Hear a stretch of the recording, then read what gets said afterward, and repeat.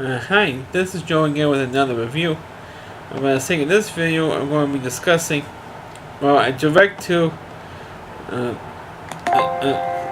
sorry about adjusting the sound. We're going to be doing a review of a direct to DVD review of one of the most popular baseball movies, and that is of course The Sandlot. And of course, the sequel is of course appropriately titled The Sandlot 2. Which of course was a straight to DVD video. It was made by the same, it was written and directed and narrated by David Mike Evans, who of course did all three jobs in the original movie.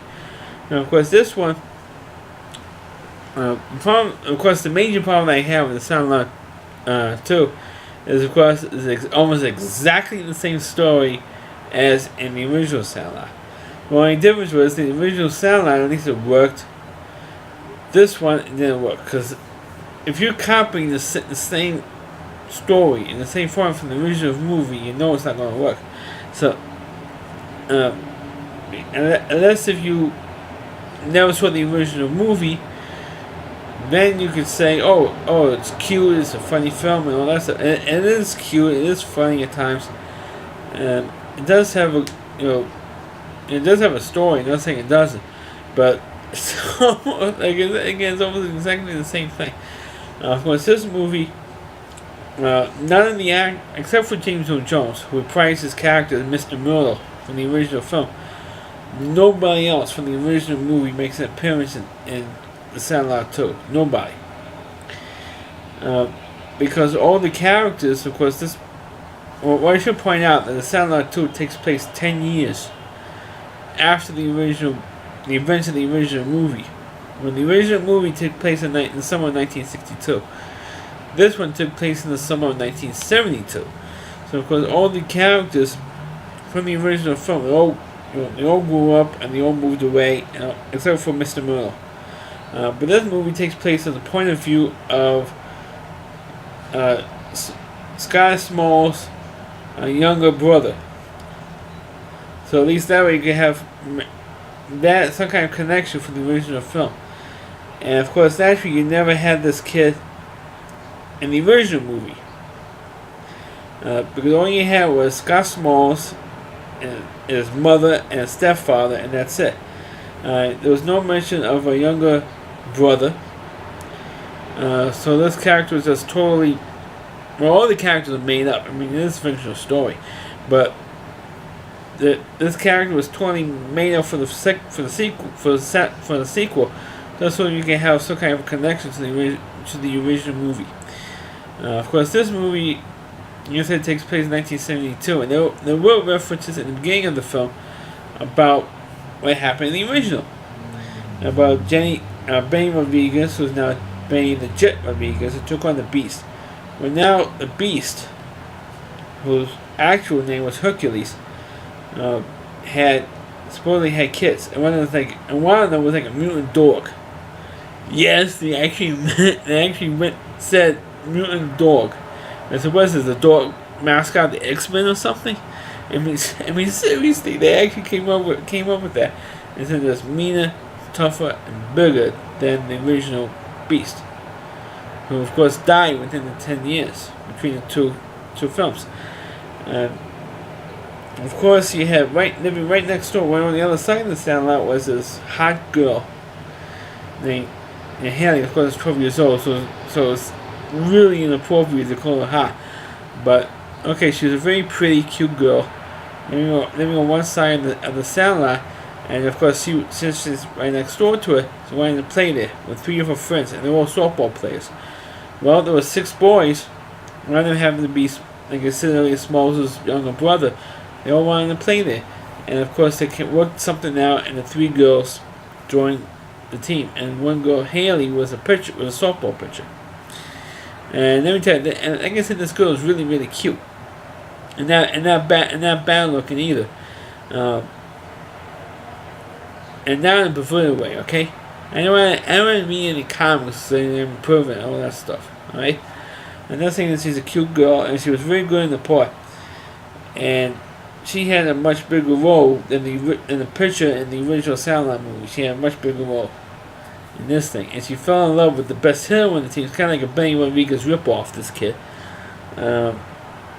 his name is David. It's like I said, a Benny Rodriguez ripoff guy. I mean, he did almost exactly the same stuff as Benny Rodriguez did in this movie. He's the best hitter. He also tackled the evil, instead of calling him the beast, they call him the evil in the sequel.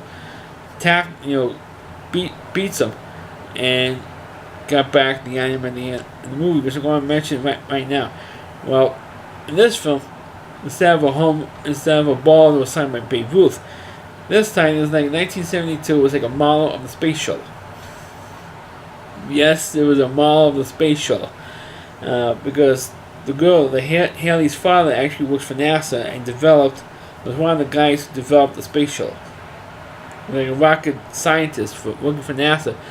And Smalls, I'm saying younger brother, so I'm saying Smalls, is like a rocket geek. So one time Haley's father realized that this kid likes rockets as well as he does. And hey, maybe sometimes we'll shoot us some model rockets or something. But he left early for NASA to announce the space shuttle thing. So this kid saw what Haley's father had in like his little shed, which was the model of the space shuttle. So he grabs that, goes into the Sandlot, and he fires it. He fires the model of the space shuttle, and he fires it into Mr. Mo's backyard, and that's where all the kids try and get it back. And they thought it was, important for NASA, but meanwhile, Haley's father technically did not need the model, because he had all the blueprints for NASA. So this was just a toy model that Haley's father created. So it's not really necessary for them to get it back, but they did it anyway, and like I said, it's originally copied what the first movie was. And of course, Mr. Miller got annoyed that, hey, once again they knocked down the fence, and this time they built an extra bigger fence made out of dishwashers, refrigerators, ovens, and they really piled it. It looked like a junkyard's version of the Green Monster in Fenway Park. I mean, that's how high they built this thing. So that way no more balls will go into his yard, and no kids will go over his fence to get it, instead of knocking on the door and asking for it. So once again, they brought that line up. Why don't you stupid kids knock on my door and I get it for you? You dummies, you dumbasses. And they put up this crap 10 years ago. That's why they made up this thing, and now again, so now he says now I'm not going to have a fence there anymore because you just could walk over and just grab the balls or whatever. And of course, he was annoyed over the 10 years he missed hearing the kids playing on the Sandlot, playing baseball. So he says, okay, you can play baseball over there, and I won't get offended because, hey, I want to get rid of this attitude that I'm a miserable guy. I'm not a miserable guy. I know where the stupid rumor started, and I'm sick and tired of this stuff. So you can play ball as long as you want, as many times as you want, and you can be as loud as you want, and I'm not going to be offended.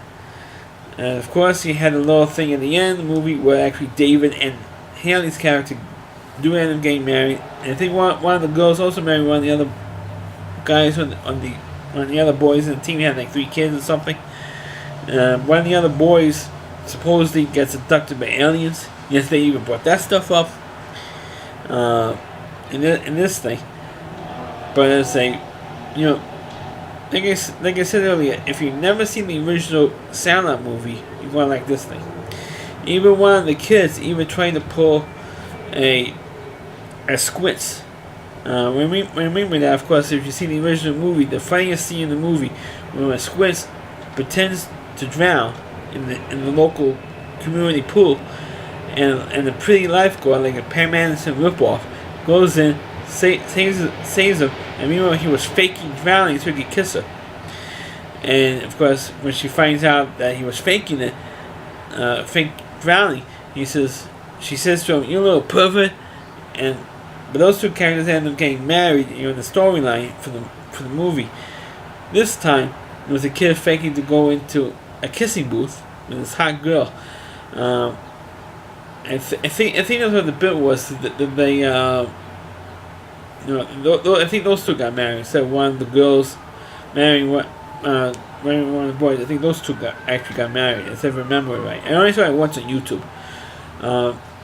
But as a film, I think it's not a god awful. It's not a god awful movie. But like I said a couple of times already, it's just like a rip off, it's a rehash of the original film. And if you haven't seen the original movie, you're gonna like this thing. Or vice versa. If you saw the original film and like it, you can just easily skip this thing, because it's it's just almost like an exact copy almost. They even had a scene when they had the carnival scene, and which they had in the original film, and when they played the local Little League team, I mean, they had that scene in this thing as well. There's a scene where they were assaulting each other, or what we call makeouts, and were making each other out. It's like too much of a copy of the original film, and that's what bothered me. And I'm watching this thing on YouTube, and a fellow says, what are you watching? And I told him what I was watching, and he says, what do you think of it? He says to me, it's an exact copy of the original movie. That's why I didn't want, the few times that the Sandlot 2 was on, thank you, the few times it was on cable, I didn't want to watch it, because, hey, I like the original one.